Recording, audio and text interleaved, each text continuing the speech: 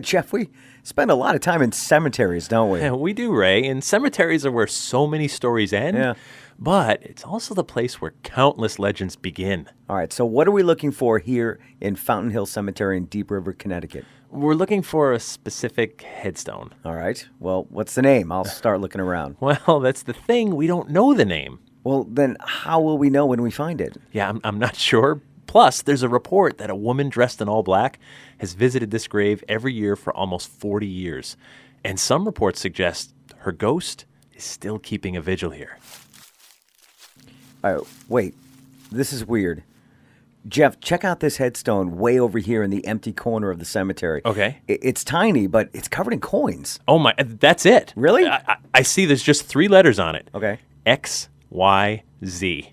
This is the grave of an unknown bank robber.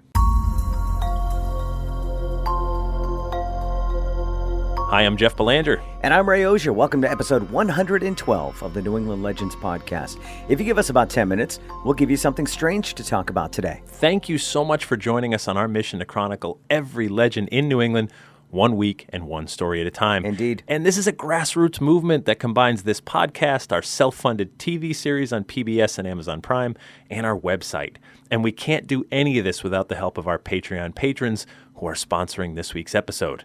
We love you, patrons, because you decide what we're worth. Thank you. If you go to patreon.com/New England Legends, for as little as $3 per month, you'll get early access to new episodes, plus bonus episodes that no one else gets to hear. Also, consider joining our super secret Facebook group. Yeah. I bet you could find a link from our website at ournewenglandlegends.com. I bet you could. There's always great discussions happening in there about various legends. In fact, this week's story began as a tip from Lauren Middleton. She's one of our Facebook group members. Thank you, Lauren. Thanks. So we just had to know more about this one, which is why we're here in Deep River, Connecticut today.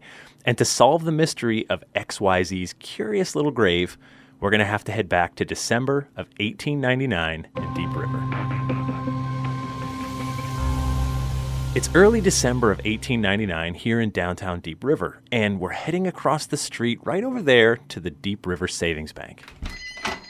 Man, Jeff, everyone here seems to be a little on edge. Yeah. And that security guard is looking at us pretty funny. Hello, sir. Friendly guy. The reason they're on edge is because the Deep River Savings Bank received a tip recently that they're going to be the target of a bank heist.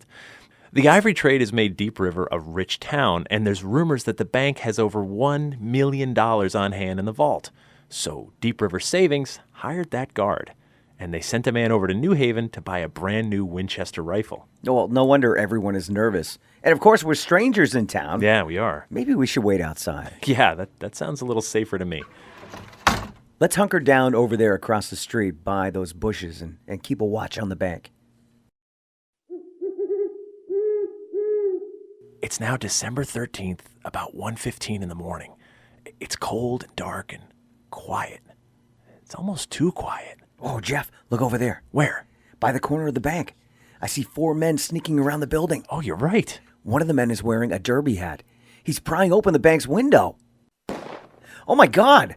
The man at the window was just shot from inside the bank. I saw something fly off the top of his head, and he just dropped to the ground. It looks like the other men are running for it now. Run! The bank door is opening, and there's the bank's night watchman, Harry Tyler, holding a rifle. Okay, now some neighbors from a nearby house are walking outside to investigate the gunshot. I can't imagine those 3 other men are sticking around, though.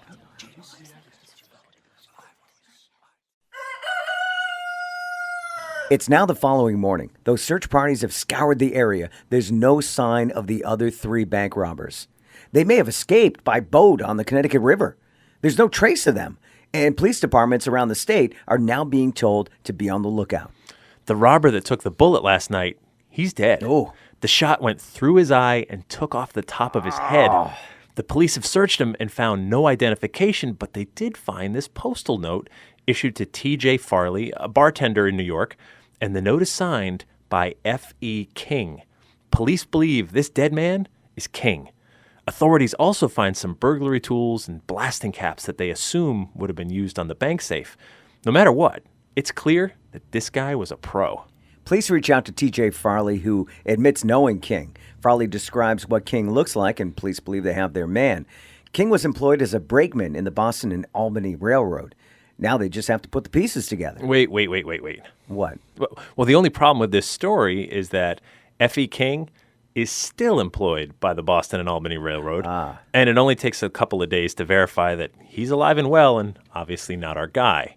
That note found on the burglar's body doesn't seem to have a connection to the two men mentioned in it, and police are stumped. The local undertaker collects the body and brings the man back to his building. Authorities figure it won't be too long until someone identifies the corpse, and that may help track down the other would-be bandits. So I guess we wait. And wait. And wait. Well, days go by, and still there's no clues as to the whereabouts of the other bank robbers, and no one has stepped forward to claim the body of the man killed. The local undertaker has no choice but to bury the body in an unmarked grave in Fountain Hill Cemetery. So during this time, the news of the foiled bank robbery and Harry Tyler's expert shot is spreading through the newspapers. Tyler's becoming a bit of a minor celebrity in Deep River. After word of the event spread through the papers, Tyler receives an anonymous letter in the mail. The handwriting is that of a woman, and she has one request of the bank guard.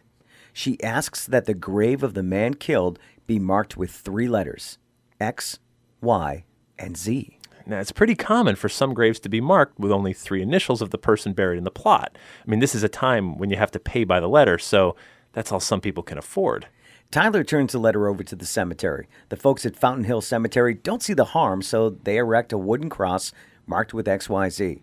Eventually, the cemetery upgrades the wooden cross with a small stone, but they keep the letters. Now we jump ahead in time a few years. Though XYZ has drifted into the memory of locals in Deep River, suddenly someone new enters the legend. The story goes that each year, a mystery woman dressed in all black arrives at the Deep River train station. She walks the 1 mile to Fountain Hill Cemetery, and she lays flowers on the grave of XYZ. Every year, for 40 years, people claim to see her on her annual pilgrimage. The story of the mystery woman made it into a publication called Deep River New Era on November 3rd, 1939. The article claimed the woman was never stopped, followed, or even investigated, and no one really knows what her connection was to the dead bank robber. But the story of the woman never fully leaves the minds of locals in Deep River. And that brings us back to today. All right, it seems to me that we can figure out who this mystery man is below the XYZ stone. I agree. I mean, sometimes too many details can mess up a legend, but thanks to searching the newspaper archives, we made a few discoveries. So a post-mortem photograph of the bank robber, taken at just the right angle to show his profile and not the gaping hole shot through his head, Gross. circulated in the newspapers back in 1899. Eventually, some folks way out in Michigan put the pieces together. According to the Detroit Herald, in the spring of 1889, a man looking exactly like the dead man in the photograph entered Cook's hardware store in Bel Air, Michigan, and blew the safe open in order to rob the store. Soon after, the man was chased down, and he shot one of his pursuers through the hip. But he's overtaken a little while later and captured. The man was Frank Howard, a.k.a. Frank Ellis, a.k.a. Tom Howard. Frank Howard served 10 years in Michigan State Prison for his crimes before he's released in 1899. And then he makes his way out to Connecticut, where he picks up once again on his life of crime. So he's our guy, mysterious to the end and even beyond. That's right. The local legend says that if you say XYZ over his grave 3 times quickly, then he'll haunt you. Ooh. As some leave him a few coins as an offering so his spirit won't follow, and others say they still see the woman in black making her pilgrimage to the grave before she just melts into nothing. Well, what do you say, Jeff? You want to try this out and say his name 3 times? I'm game if you are. All right. Ready? Yep. XYZ. XYZ. XYZ. Nothing. Oh, wait. What if we say Frank Howard's name 3 times fast? Okay, let's try that. Okay. Frank Howard. Frank Howard. Frank Howard.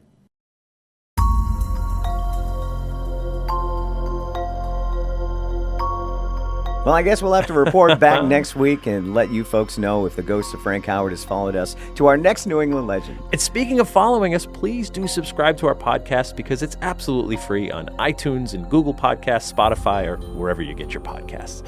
Also, we really appreciate it when you post a review. Those reviews go a long, long way in helping others find our show. And be sure to tell a friend or two about the show as well. If you like it, they might too. So true. And join our super secret Facebook group. You can find a link on our website at OurNewEnglandLegends.com. Also on our website, you can find a link to purchase my limited edition 2020 Haunted New England wall calendar. It's full of 12 haunts, my stories, and the spooky photography of Frank Grace. They're selling fast, and once they're gone, they're gone. Our theme music is by John Judd. And thanks to Stephanie for leaving this week's show closing on our legend line. Hi, this is Stephanie Rockwell from Austin, Texas. Until next time, remember, the bizarre is closer than you think.